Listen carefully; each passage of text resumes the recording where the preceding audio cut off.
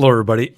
It's Chris Olson from Driven to Engage, and I wanted to touch on Primetime's Coach Prime, Deion Sanders' press conference from the weekend after Colorado's second win.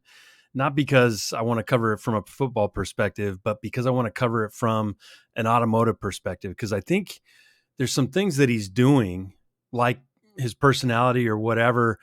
I think in a lot of ways, there's a lot of things to respect about how he's approaching the role.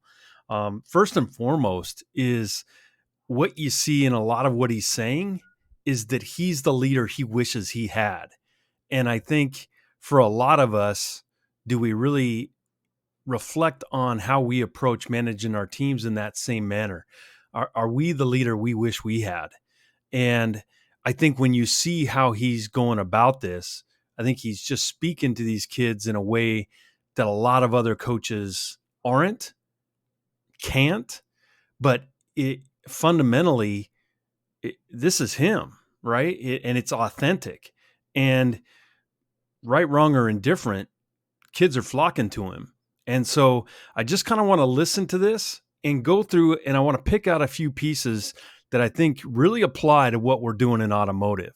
All right. So we're going to pick it up here. He's just sitting down to kind of recap the game. And there's some little tidbits in here that are kind of hiding what he's really trying to accomplish. And what I'm hoping to do out of this is that we see how some of this stuff correlates to what we're doing in our stores. Great win. Started off slow. Played like hot garbage in the first half. Probably 5 minutes left in the first half. We started picking it up.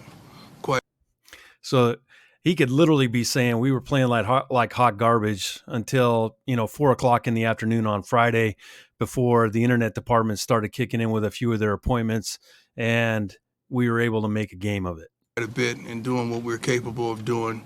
Hats off to the defense and how they were steadfast today. They atoned for the disappointment that we were last week defensively. We still gave up a few plays, but overall.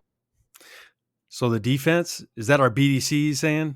Because the BDC, they got down to business. I think we forced three turnovers? We got 3 appointments because you see where I'm going with this? Interception, I think 2 fumbles, so 3 turnovers, and we didn't give up explosion to the end. So I'm really proud of the defense. Special teams stepped it up. We didn't have. Maybe our salespeople fumbled it, right? They didn't do the follow-up. BDC caught it for them, and now we're making our appointments. Have nothing crazy that transpired, and Jace Feely is who he is. He's unbelievable. I'm kicking the ball in. He kicked off in the end zone. Proud of the defense. Special teams stepped it up. We didn't have nothing crazy that transpired, and Jace Feely is who he is. He's unbelievable. There you go. Here he is. He's got everybody in the country looking at him. He hasn't talked about his boys. He hasn't talked about, Travis Hunter. He hasn't talked about anybody else. The first person he shouts out, the kicker. Okay. So what's he trying to establish when he says that? Like, if you want your name on primetime, you want everybody, you want ESPN listening to you, do the little things. So here's a little love. Jace Feely, I'm going to shout you out here and appreciate you for doing the things that we expect of you. You kick it into the end zone every time. I'm kicking the ball in. He kicked off in the end zone, and we punted the ball really well too. I think we got a couple inside the 10 as well. Coaches did a great job. They called a great game. Some things that they're calling, we're just not doing what we're capable of doing, and they get the blame for it. But so in automotive, I kind of see Deion as being our GM, right? And the coaches are our managers. And so it's funny what he's saying here is this is that correlation. And this is where we want to have some honest conversations about how we do things versus how they do things in sport, right? Because in sport, we're going to coach the gaps, right? And we analyze everything. And what you really kind of understand when you really kind of peel back what he's talking about is that we're looking at every play and every person on every play. I'm expecting my coaches, my BDC, my sales managers, my internet department, my service department, I want them coaching every player on every gap, right? So listen to what he's saying here as he goes through this. The coaches were getting it right, but are we doing the same level of coaching that a football team is? Probably not. I mean, it's probably not rational for us to evaluate every play, right? But it isn't rational to evaluate none. And that's kind of the point I'm getting at. Doing what you're capable of doing, and they get the blame for it, but the kid is just in the wrong gap or not feeling like he's supposed to, or not blocking, or running the wrong route. We talk about it all the time, blocking and tackling, right? But how often do we actually sit down and review it? And what he's referencing is that the game before, the defense got exposed in a lot of ways. And they went through this last week, and the major focus was that the defense had to make amends. And so they don't make amends simply because we say, hey, you got to make amends. We make amends because we look at it. Why are you in that gap when you should be in this gap? Why'd you say this when we could have said this? Or what could we have? And I guarantee you the way they're doing it isn't to say, hey, you need to be here. It's to say, okay, let's run this. Now, where should you have been? Right? That's the effective coaching, not do this. Rather, hey, take a look at this. You're in this gap. Where should you be? Right? It's really simple stuff. So overall, it's a win. To just think that we played like we played and we won by that margin, that's a pretty good feeling for any coach. So we had a decent weekend in spite of how we played. Like, we got lucky. We converted a lot of our appointments, and we were lucky to get a bunch of showroom ups, and we made a weekend out of it. And any GM would be proud of a team, even when we underperform on our standards, that we can still make it work, right? And I think for you all to see what we're capable of doing, I keep saying more and more young men as well as coaches are believing.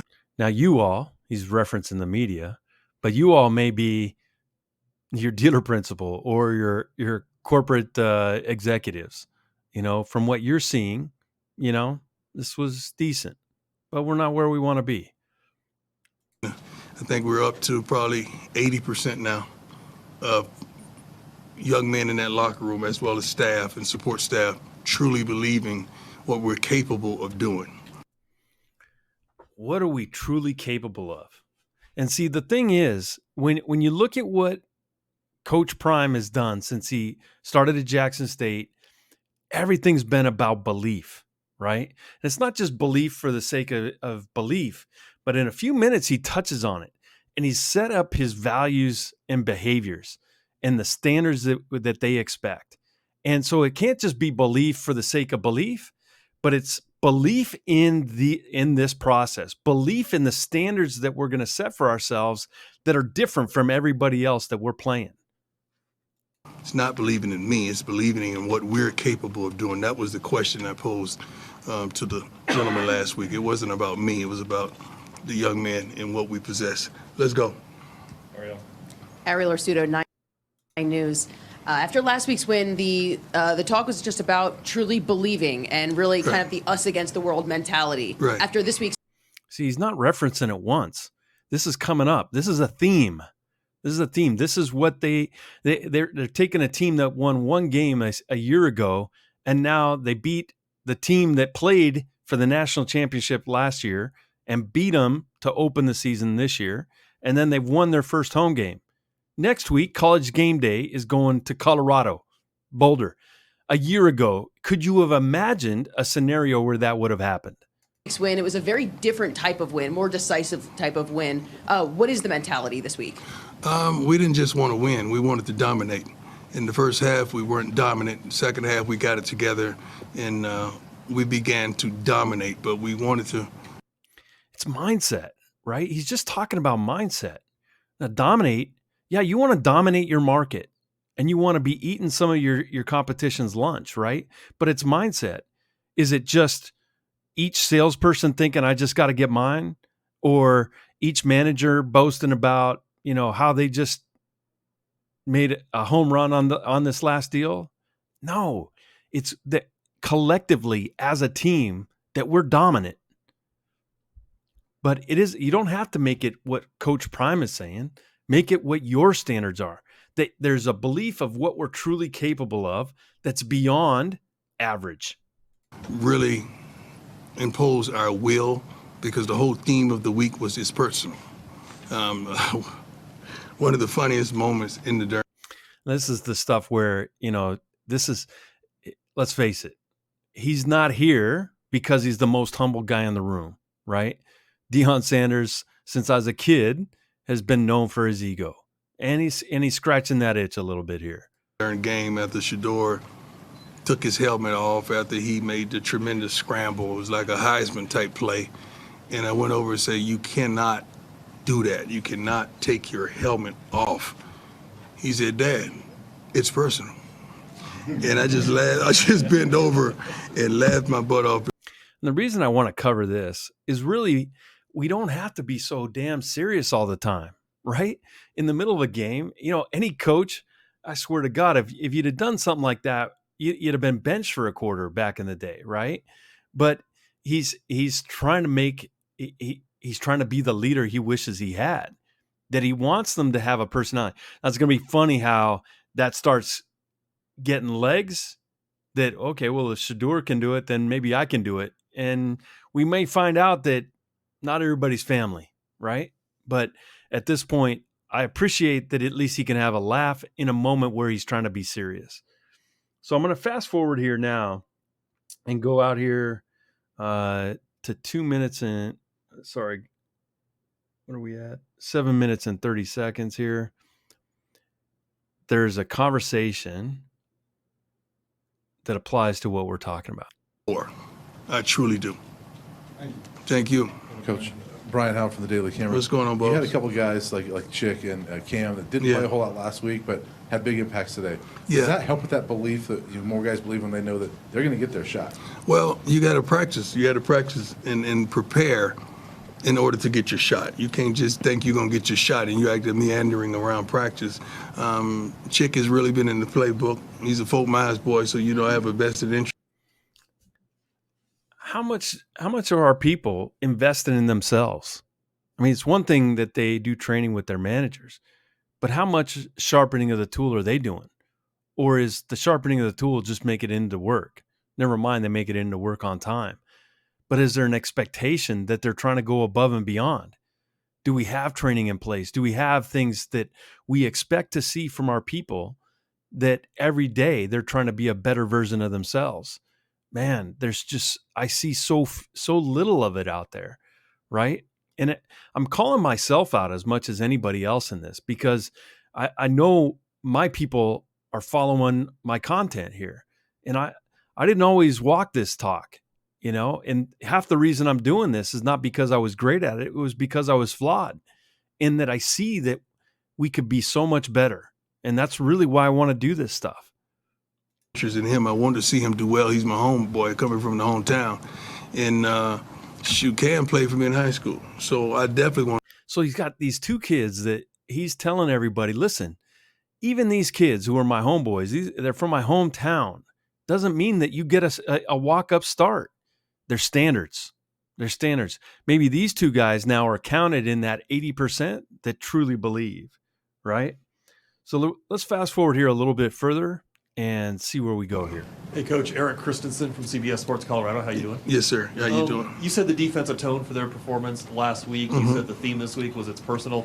They played like a unit who really took that to heart. Can you just speak a little bit more about their performance? Yeah, I mean, they're not happy or satisfied with how they performed last week. That's not indicative.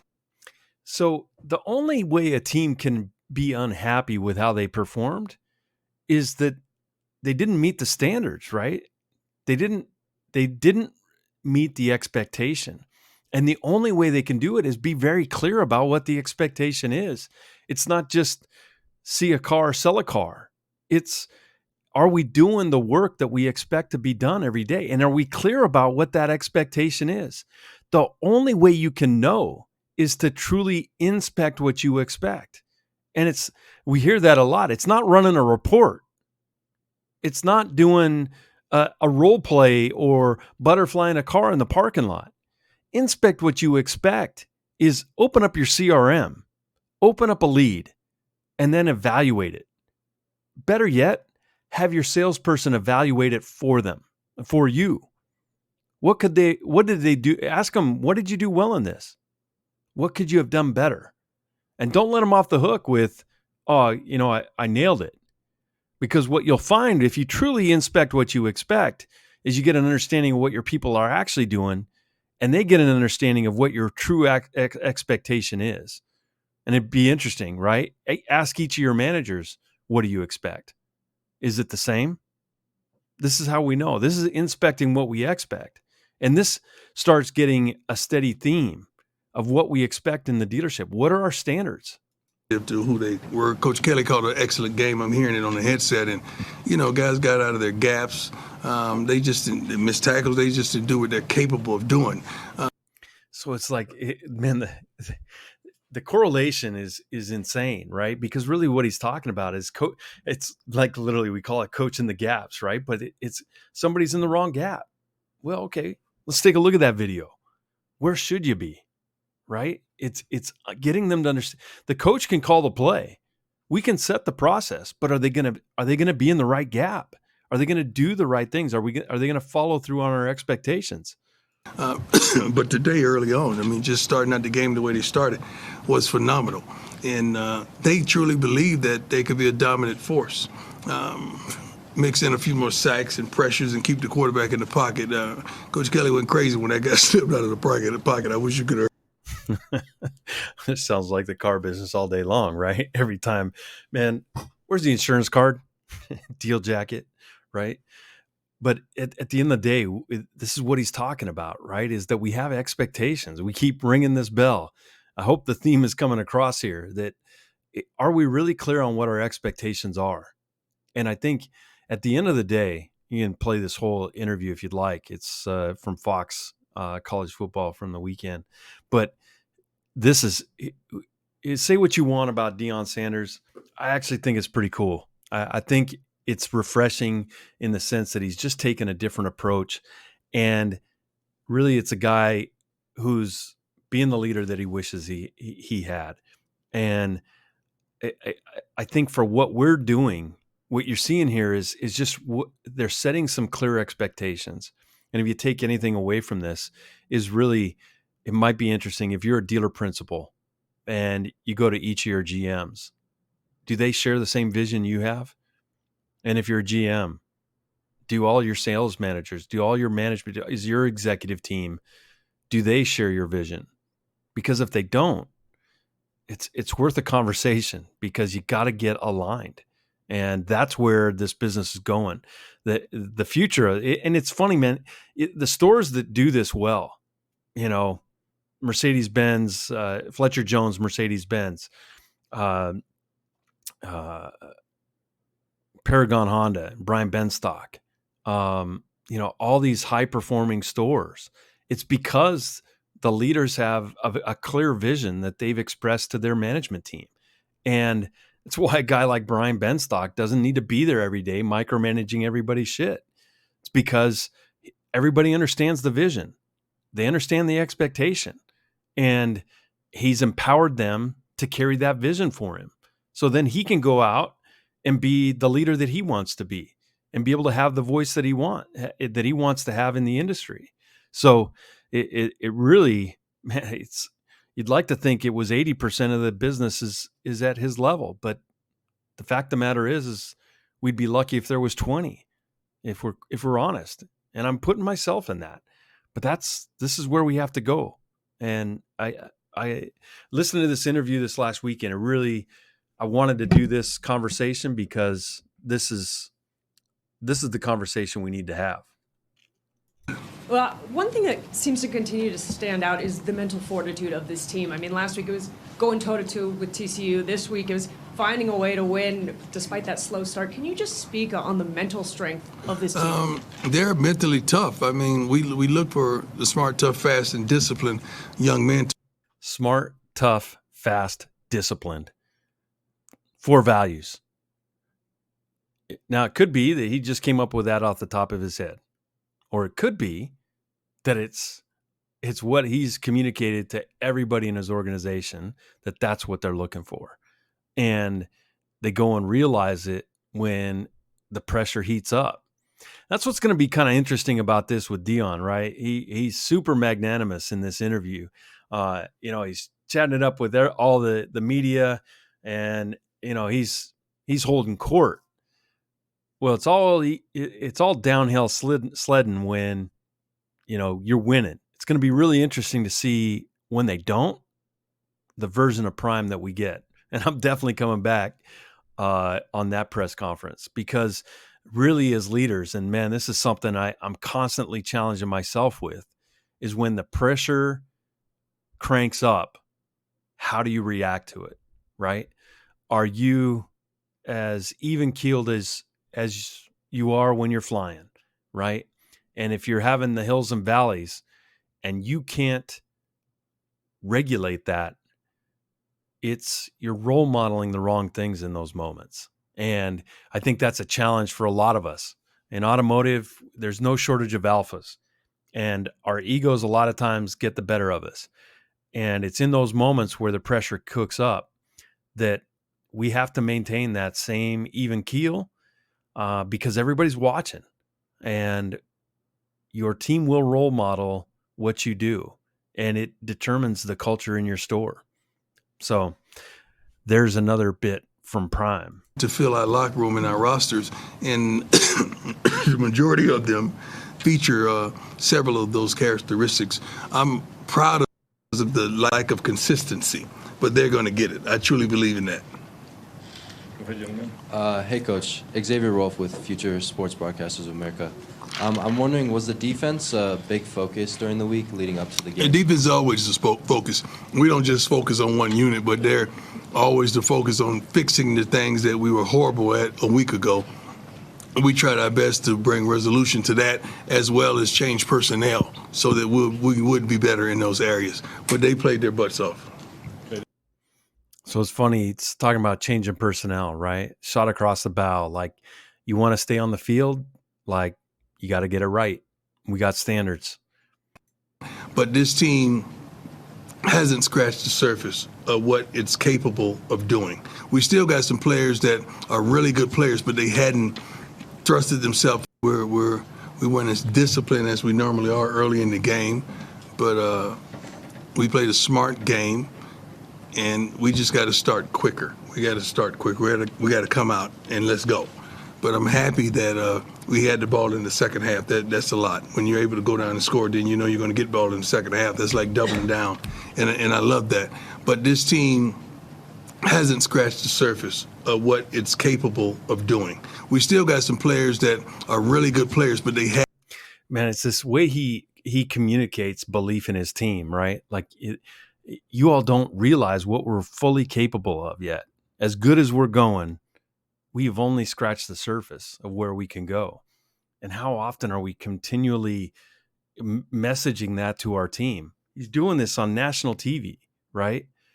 Are we even doing that in a sales meeting? And that's the key to what we're talking about here. Like, this is the difference. Hadn't thrusted themselves into that spotlight yet because of the lack of consistency, but they're going to get it. Hi, Coach. How you doing? Good, how are you? Good. Nikki Edwards, from Hughes here. Sports Report. We saw Bishop Thomas waving his hand in the end This zone. We is saw really Shane Cooks interesting. on the offensive line. Yeah. I'm just curious, what went into your decision-making on putting those defensive guys in the offense? They're better blockers than the offensive guys that we had doing it because they're grinders. Man, like, I'm going to take you out and I'm going to put somebody who is beating you up in practice, and I'm going to give him your job. Man, could you imagine a louder shot to be heard than that? It'll be interesting to see if that continues, because what he's saying is, you guys on my O-line, you're not tough enough, and I'm going to bring in Rick Ross to make it happen. They defensive tackle, so they know how to get low, they drive, and shoot, they were better. So I said, put them in there. And the formation that we use them in is called Rick Ross. So when they say Rick Ross, that they can, like, they ready. Man. So that's what we. If I'm on that O-line, I don't ever want to hear Rick Ross's name again. Like, it ain't happening. And it's funny because Deion, he talks about they don't have captains, they got dogs and leaders, right? And if you're on that O line, man, you want to have that dog mentality, or you probably don't have a home. You know, you're going to be standing on the sideline, and the D line is going to be taking your job. So, anyway, this stuff is it's actually kind of fun to put this kind of spin on it, but I think what it really comes down to in automotive is us establishing a real clear vision with standards and expectations, values and behaviors, that we understand what the vision looks like and what the behaviors are to carry that message forward. So I hope you all enjoyed this. Would love to see your comments on what you think of this and how it correlates in what you see in your day-to-day. So appreciate you watching, and we look forward to seeing you on the next one.